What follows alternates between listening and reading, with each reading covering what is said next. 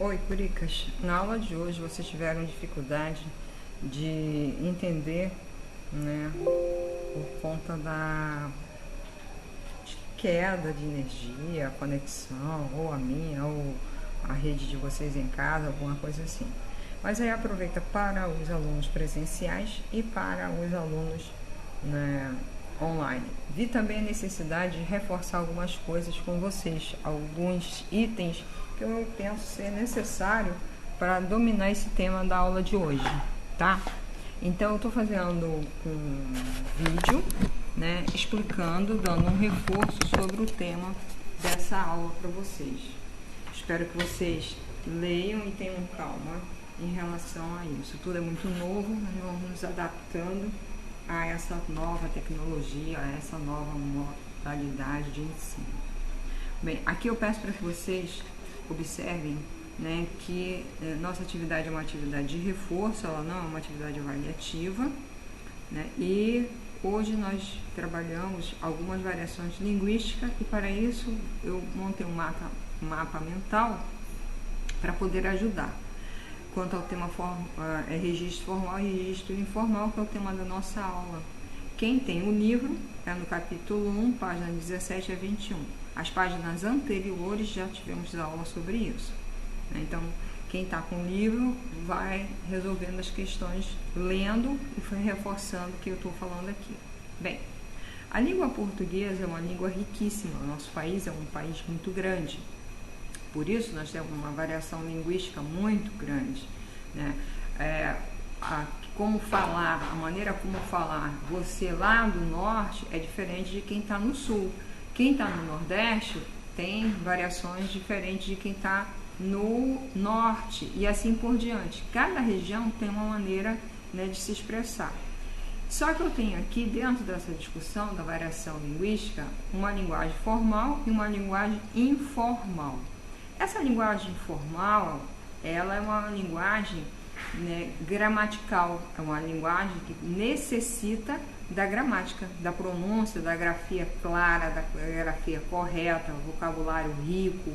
Ela é empregada na sala de aula, nas entrevistas de emprego, em documentos, em reuniões, nos discursos, nas entrevistas, como nós já falamos, né, nas provas, no concurso, nos seminários, nas palestras, né, numa reunião de negócio.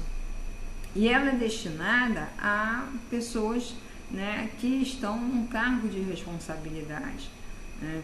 É diferente da linguagem informal, muito diferente.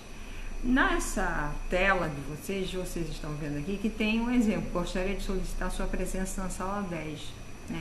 Certamente, na escola, como colega de vocês, você vai dizer de outra forma. Você diria assim: ei, vai lá na sala 10. É para você ir na sala 10. Essa linguagem é uma linguagem informal. Por quê? Porque são vocábulos, palavras, né, simples. Às vezes usamos abreviações, gírias, ausência dessa preocupação da gramática, essa coisa que a gramática tem, pesada, de ter vírgula, pontuação correta, né? O emprego da coerência e da coesão, ela é muito empregada nas conversas, nas redes sociais, nas mensagens de celulares. Então, é onde nós encontramos muitos registros informais. Tem mensagem de celular que não dá nem para você entender, porque é tanta abreviação, é tanta, né, carinha e gírias e um dialeto, como meu marido fala, que é bem diferente, né? E ela é uma linguagem que é utilizada nos meios familiares, com os amigos. Vocês fazem isso muito na sala de aula, né? Como, por exemplo, já é Itaí. E aí, tá bem? Valeu, tô beleza, show, show, show, né? É claro que nessa linguagem informal, e aí, fala, Curica, né? Você tem um emprego muito mais desobrigado, vamos dizer assim, com a preocupação com a gramática, tá? Essa é uma questão que a gente precisa entender sobre a linguagem formal e informal. Porém, existe uma necessidade de eu discutir com vocês outras coisas em cima disso, que eu percebi hoje. Mas, deixa eu explicar aqui, ó. existe nesse material que vocês têm em mãos e está lá no grupo, uma questão 1, que é para você produzir um texto. E Davi, para com essa coisa de escrever texto, né? Sim, é produção de texto. Você já está no Fundamental 2, né? Não tem como ter mais isso, tá? Não quero ver mais ninguém na minha sala de aula dizendo: ai, que coisa horrorosa, texto, produzir texto, o dedo dói, faz isso, faz aquilo. Quando eu chegar no presencial com vocês, um dia isso vai acontecer, eu vou pegar e eu vou levar um óleo que a gente tem lá no Pará, um óleo de mutamba, e vou esfregar na mão de vocês vão ver só, vai ficar assim, as juntas bem molezinhas, os dedos bem macios, vocês não vão mais ter nenhum problema. Olha a linguagem informal aí, né? Vamos lá. Questão: agora é a sua vez de produzir. Escreva um texto de acordo com as instruções dadas e diga em seguida se você empregou a linguagem formal ou informal. Na letra A, eu estou pedindo para você fazer um texto como uma entrevista de emprego. Você vai a uma entrevista de emprego, então você vai criar um diálogo entre o dono da firma e você. Daqui a pouco eu vou falar sobre essa forma desse texto. Na questão B, você vai fazer um outro texto. A quarentena acabou e você vai convidar seus amigos para uma pizza na praça. Cria aqui o texto do bilhete que você enviará a seus amigos. Aí o André disse assim para mim: mas Misa, tia, ninguém escreve mais bilhete. Manda uma mensagem no WhatsApp, não tem problema. O texto que você vai colocar no WhatsApp, você vai colocar no papel, tá? E aí o que você vai dizer na letra C? Qual é a linguagem empregada no texto A e qual é a linguagem empregada no texto B? Tá fácil, né? A letra A é linguagem formal ou uma linguagem informal? Na letra B, você usou uma linguagem formal ou uma linguagem informal? Tá fácil isso aí. É texto de, né, exercício sem nenhuma dificuldade. 0. Orientação. Veja bem. Para quem tem livro, tá? Leia atentamente o capítulo 1, da página 17 a 21. Resolva as questões no livro. É para usar o livro. Eu espero que vocês escrevam no livro e usem lápis. Porque se errar, tem como apagar. Na caneta vai ter problema, vai ficar cheio de errorexia. Daqui a pouco o teu livro está pesado de tanto corretivo, né? Então o que você vai fazer? Você vai pegar o seu caderno, vai pegar o seu livro e vai começar a responder as questões. No livro, para quem tem o livro, tem uma questão, né? A questão número 1 você vai responder em modo digital. Eu vou avisar quando essa questão vai estar disponível. Aí você vai postar lá no planejador. Eu vou dizer: ei, Curica, lembra aquela questão 1 que eu pedi naquele exercício da aula do dia 26? Posta agora aqui, tá bom? Combinado? Então, fique atento à data da devolução de suas atividades avaliativas. Na dúvida, sempre pergunte. Bom desempenho, bons estudos, cuide-se e tarará, tarará, tarará. Lembre-se bem da tia Misa na hora de você fazer suas orações, suas preces. Olha só. Registro coloquial e registro culto. Isso aqui é uma imagem que eu peguei da internet. É só para vocês terem uma noção, né, do que é essa coisa da linguagem coloquial, da linguagem culta, da norma gramatical, né? Eu digo no dia a dia, né, eu vi ela ontem. Não, eu não digo, com certeza eu não digo isso, mas eu escuto muita gente falando: eu vi ela ontem, eu a vi ontem. Isso é muito bom pra gente, isso é muito bom para nós. O trabalho era uma parada sinistra, o trabalho era dificílimo. Você tira o negocinho da torneira e conserta ela. Tira a carrapeta da torneira e conserte-a. Todo mundo sabe esse negócio. Todos têm de conhecimento dessa questão. Se retire daqui, retire-se daqui. O cara veio para cima de mim berrando. O homem interpelou-me aos gritos.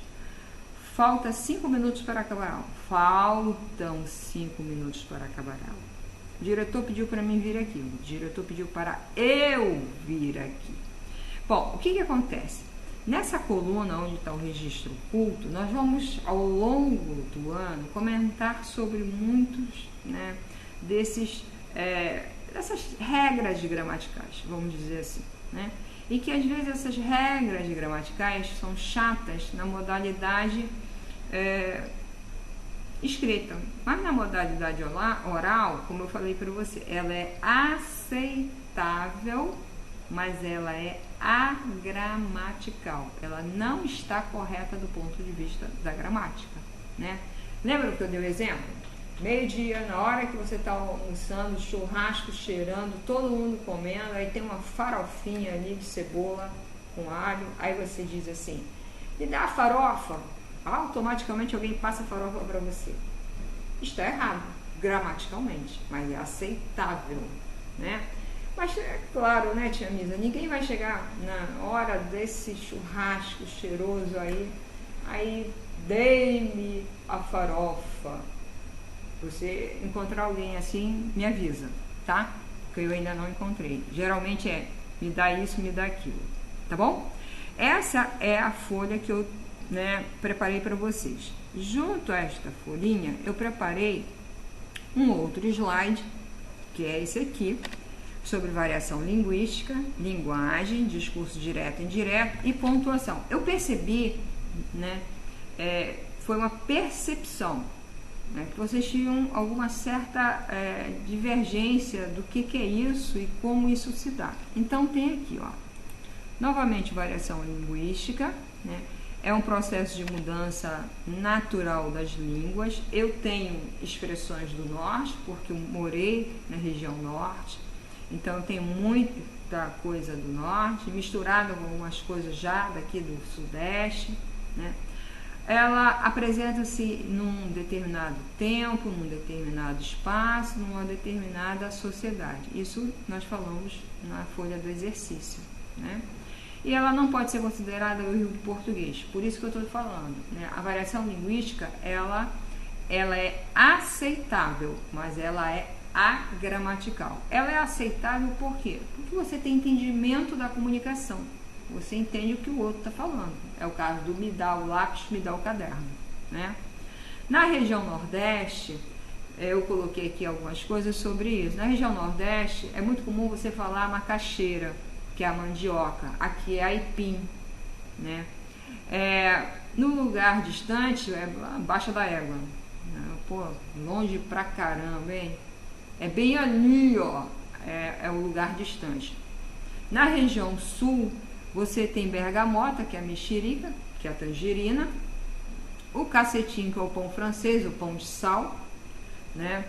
O pão careca, que é o pão doce, o pão de massa fina, que se chama também. Na região centro-oeste, você tem o pichá, que é jogar fora, né? Sarapantar, que é assustar. E aí você imagina uma série de outras palavras. Recentemente eu passei por uma situação, eu pedi para uma moça no açougue que eu queria uma carne picadinho.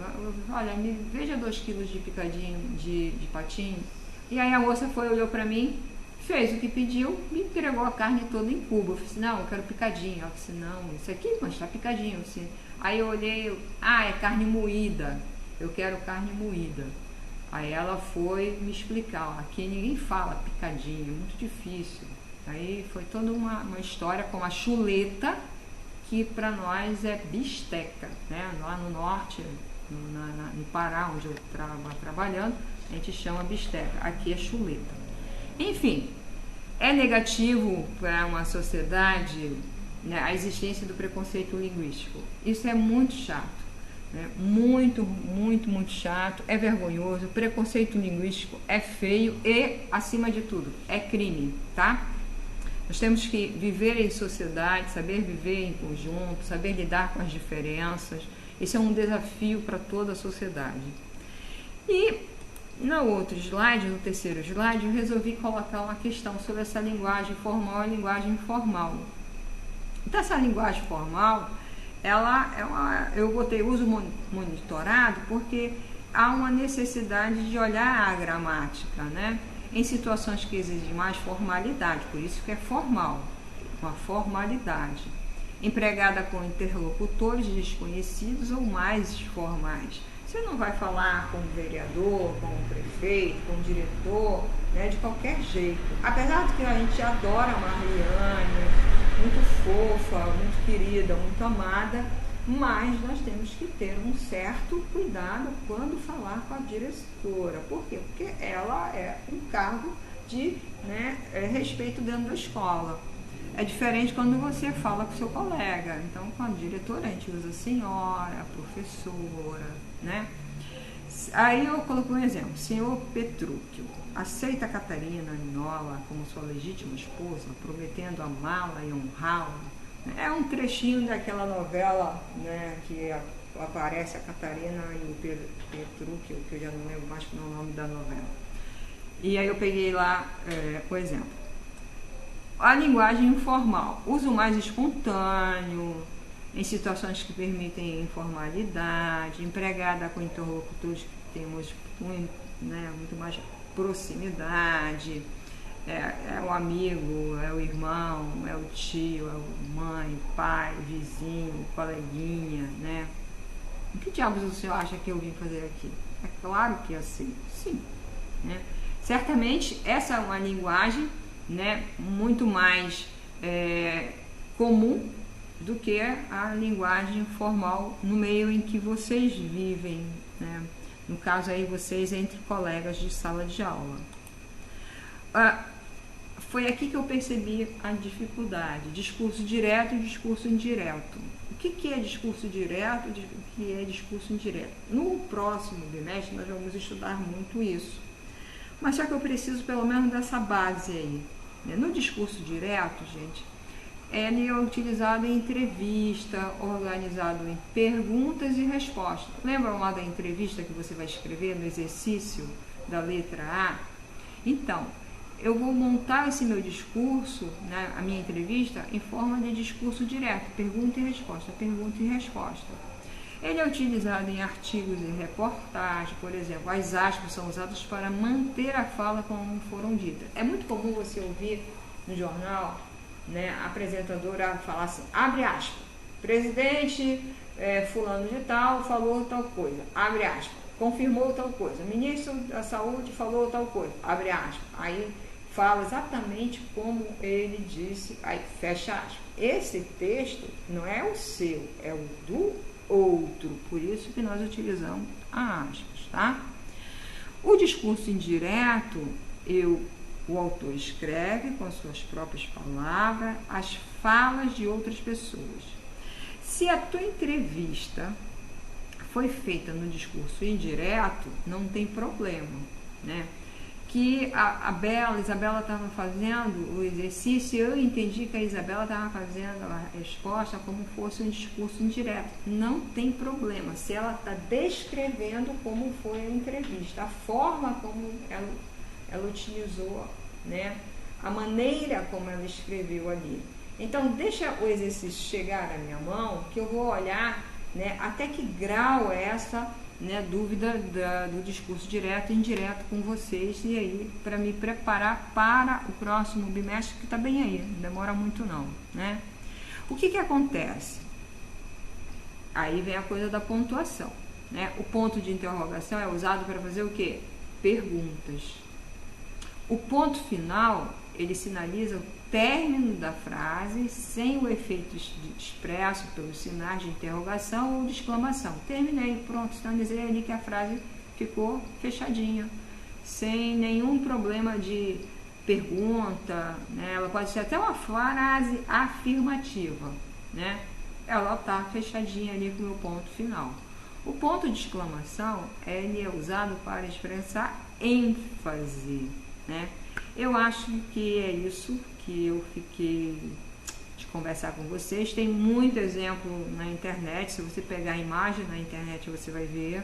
Jogar lá, modelo de discurso, exemplo de entrevista e jogar como imagem, você vai encontrar várias coisas como imagem lá, tá?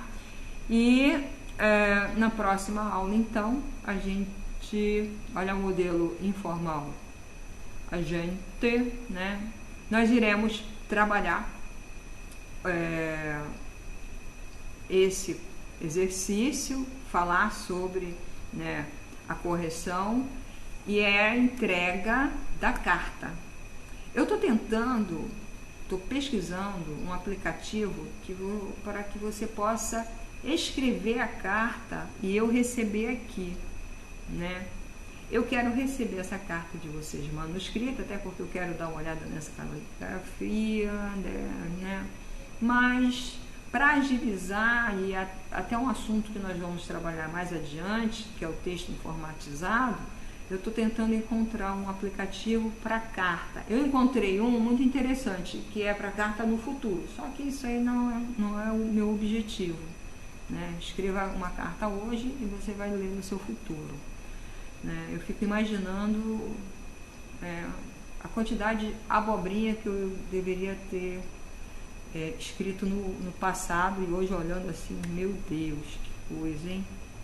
Mas deve ser muito legal fazer isso. É uma experiência que eu gostaria de fazer, de ter feito, né? Ter tido a oportunidade. De repente eu faço, hoje com meus 53 anos, fazendo quando eu tiver 60. Vou pensar sobre isso. Bom, até a próxima aula, pessoal. Beijo, beijo, beijo. Até. Dúvidas no grupo, tá bom? Tchau.